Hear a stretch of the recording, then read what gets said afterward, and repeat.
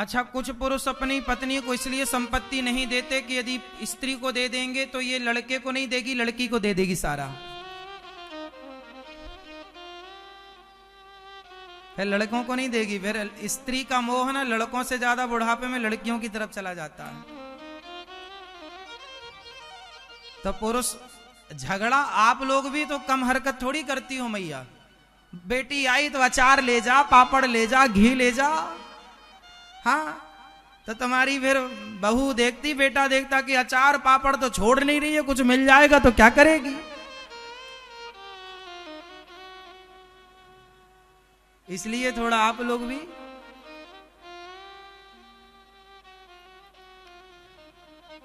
जो जिसका है उसको ही मिले। जो बेटी का है तो बेटी को दो, बेटों का है तो बेटों को दो, जो सेवा करें उसको दो। समाज में कुछ लोग ऐसे हैं कि सेवा तो बेटा बहू कर रहे हैं, परंतु बेटा बहू को कुछ ना दे करके आपने अपनी बेटी को सब दे दिया। ऐसे भी समाज में है।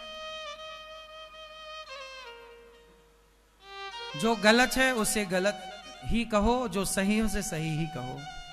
इसलिए पुरुष को चाहिए कि संपत्ति का जो अपना पास है वो पत्नी के पास जाएगा, फिर पत्नी की सेवा बेटा करे जो वहां। इस तरह से घर में बना के हिसाब चलना चाहिए। आपके जाने के बाद आपकी पत्नी दुखी ना हो, इसका ख्याल रखना चाहिए। और पत्नी भी, सारी स्त्रियां भी ऐसी ही हों कि पक्षपात बिल्कुल ना हो, निष्पक्ष होकर न्याय करना सीखिए। अन्याय इसलिए होता है क्योंकि आप स्वयं किसी एक पक्ष में, समाज में देखने को मिलता है कि किसी के 2 बेटे हैं तो माता पिता ना किसी एक बेटे की तरफ ज्यादा लट्टू रहते हैं। एक बेटे से ज्यादा प्यार, दूसरे बेटे से बिल्कुल नहीं। एक बेटे को ज्यादा दे दिया, दूसरे बेटे को कुछ भी नहीं। ये व्यवहार नहीं। माँ बाप ऐसा नहीं होना चाहिए। माँ बाप 2 बेटे हैं तो समान प्यार करो, समान अधिकार दो उनको। बच्चों के साथ इस तरह से भेदभाव नहीं करना चाहिए किसी भी माँ बाप को। हर जगह माँ बाप ही, हर जगह बच्चे ही गलत नहीं होते, कुछ केसों में माँ बाप की गलती होती है। हाँ या ना? तो आप जहां जो गलत है वो अपनी अपनी गलती सुधारे, बस हम ये कहना चाहते हैं। अपनी अपनी गलती सुधारो और अपनी गृहस्थी को बेहतर बनाने के लिए बेहतर निर्णय लेने की जरूरत है और निष्पक्ष न्याय करने की जरूरत है। न्याय करना, आप अपने घर में न्याय खुद करेंगे। आप अपने घर के राजा हैं, न्याय करिए। 2 बहुएं हैं तो दोनों के साथ एक सा व्यवहार करिए। दोनों बहुओं को साड़ी लाइए तो दोनों के लिए एक सी लाइए, बढ़िया लाइए, एक से बजट की लाइए। भेदभाव ना हो कि 1000 रुपए की साड़ी तो बड़ी बहू को लाकर दे दिया और 200 रुपए की छोटी बहू को लाकर दे दिया। क्योंकि अच्छा, यहां पर एक दूसरी बात भी है कि भाई बड़ा बेटा कमाता है, छोटा नहीं कमाता। तो माँ बाप उस प्रकार से करेंगे, जितना गुड़ डालोगे उतना मिठास होगी। इसलिए एक बात और बता दूं आपको, सबको कमाना चाहिए।